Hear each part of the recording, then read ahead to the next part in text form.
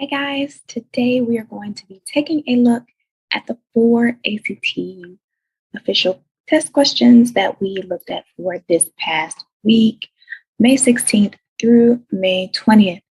So, our first question: in Cherokee County, the fine for speeding is $17 for each mile per hour the driver is traveling over the posted speed limit. In Cherokee County, Kirk was fined $221 for speeding on a road with a posted speed limit of 30 miles per hour. Now, Kirk was fined for traveling at what speed in miles per hour? So, our question out of all of that long statement is: Kirk was fined for traveling at what speed? So, what was his speed for his speeding ticket?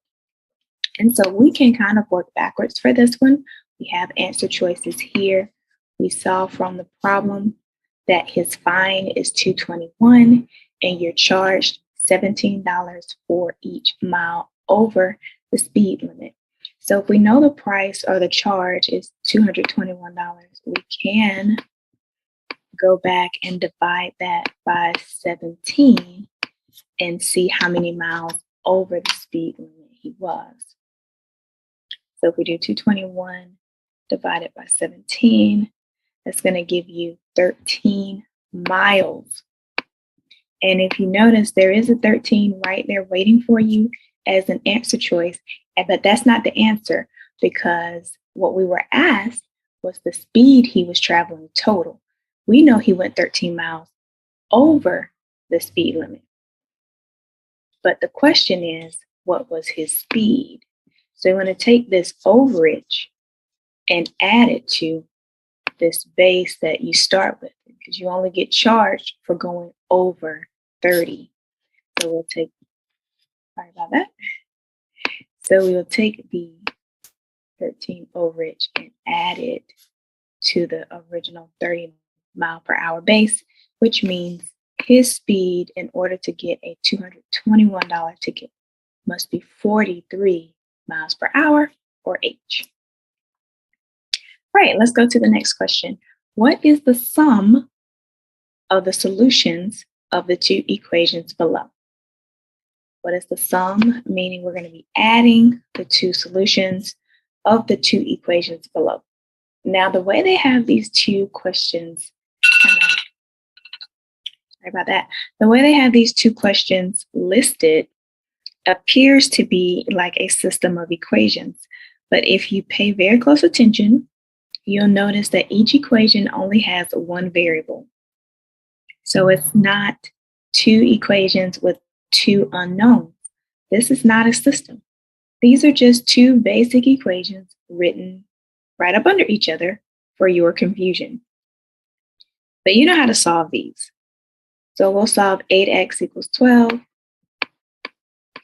Just rewriting it over here so it doesn't look like a system, like it's trying to trick us. Writing the other equation over here. Right, so this one is just a one step. You're going to divide both sides by 8, and I'm going to leave it as x equals 12 over 8. Okay, you can reduce and all that if you would like to, but remember this is a timed test. So the faster you can get to the solution, the better. There might be questions that will require more time, so you want to use as little time as possible. Over here, 2y plus 10 equals 22. You're going to subtract 10 from both sides. Get 12, then divide both sides by 2, and y is going to be 6. So here are your two solutions, 12 over 8 and 6. You need to sum them up. You need to add them, and you can do that using your calculator. I'm going to share mine here. So fraction 12 over 8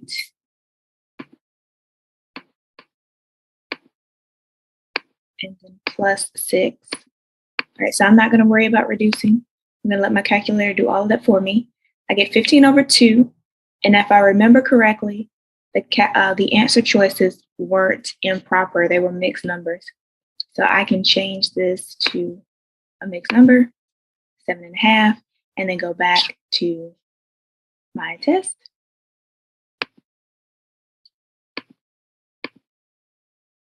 And I'll say that answer is B, 7.5. The sum of the two solutions. Okay, so pay attention, look for those kind of tricks in the wording of the question. They are intended to trip you up. The answers to the trip up will be down there below waiting on you to select them. So just be very cautious as you're going through the question. All right, let's move on to Wednesday's question.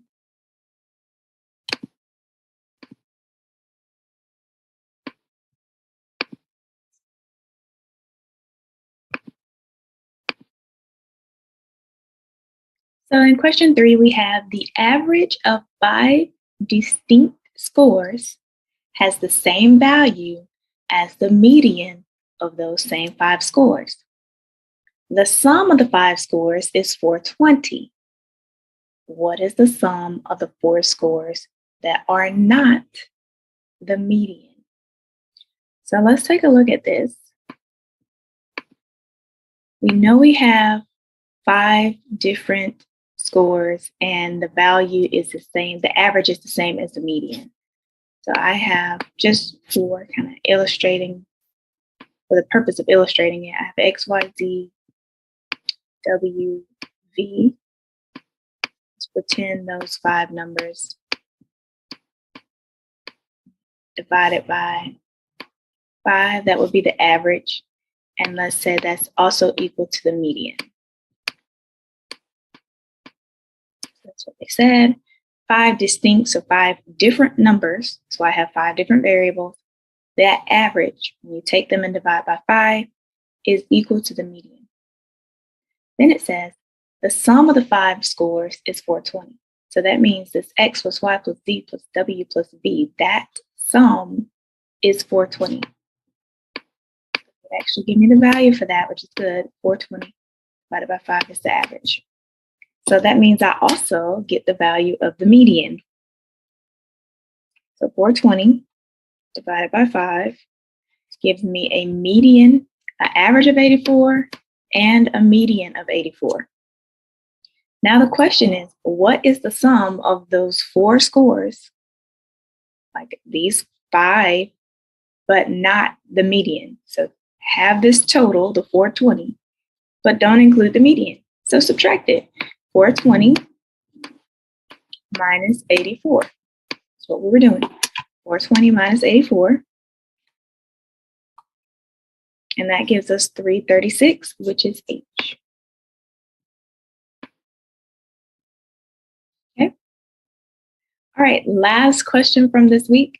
We're looking here below at an absolute value problem that has several embedded absolute values. So what is the value of the expression below? The absolute value of negative 8 plus 4 minus the absolute value of 3 minus 9. Now you can absolutely do this one by hand by working out the innermost groupings, right? So you could do the absolute value of this one and then the absolute value of this one, subtract them, and then take the absolute value of that final answer, which is not a problem at all to do.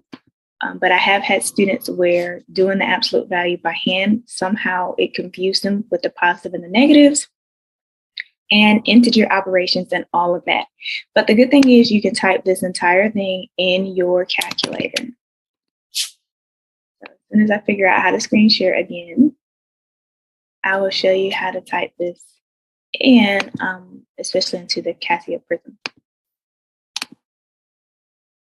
So absolute value doesn't have a symbol just on the keypad, but it is inside the catalog. So on this particular calculator, you would do shift, catalog, which is 4. And all of the functions that that calculator can perform are listed in the catalog in ABC order. So absolute value is abbreviated as ABS. So I could, since I'm in the A's, I could just kind of just go down to ABS. But I'm just going to start typing A, B, And then there it is, ABS, down, selected. Okay, so that's my larger absolute value. I need another one so I can type those two embedded ones in. So shift, catalog, absolute value again. And now I want to type in that first expression, which is -8 plus 4. 8 plus 4. So I gotta go arrow out of that first innermost absolute value and do minus. And now I'm gonna put the absolute value of 3 minus 9. Shift, catalog, value, 3 minus 9. And you see I have the expression typed in exactly like the test question, and I just execute for it to give me the answer. Okay, so like I said, you can do it by hand, or you can use the calculator to do it for you, or you can do it by hand and then use the calculator to check your work if you feel that that is better for you. But those are the 4 ACT test questions from this week. Thank you guys for being here to see the solutions. Continue to come into the group, check out the questions every day, time yourself, work them out, and then come back on Friday to see these solutions. A few announcements, guys. Coming up, we do have a parent workshop on Tuesday. All you parents out there who are interested in knowing what are those mistakes to avoid when prepping for ACT with your child, and what are those 3 most critical steps that you need to take in order for your child to score in the top 10th percentile, that we're talking a 29 and above on the ACT. So if you're interested in that information, you definitely want to be in that workshop on Tuesday, May 24th. It's 7:30 p.m. Eastern, 6:30 p.m. Central Time. I will link that below. Also, since we are heading into a new month, we will also be having another practice test. First Saturday in June, June the 4th, 9:30 a.m.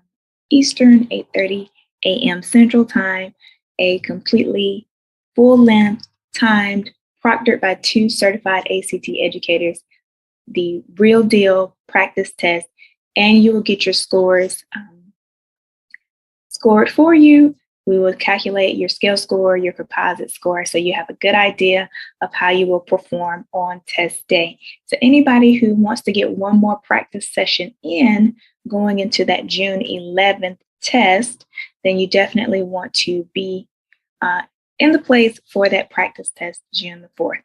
All right, guys, those are all of my announcements. I hope to see you next week. Have a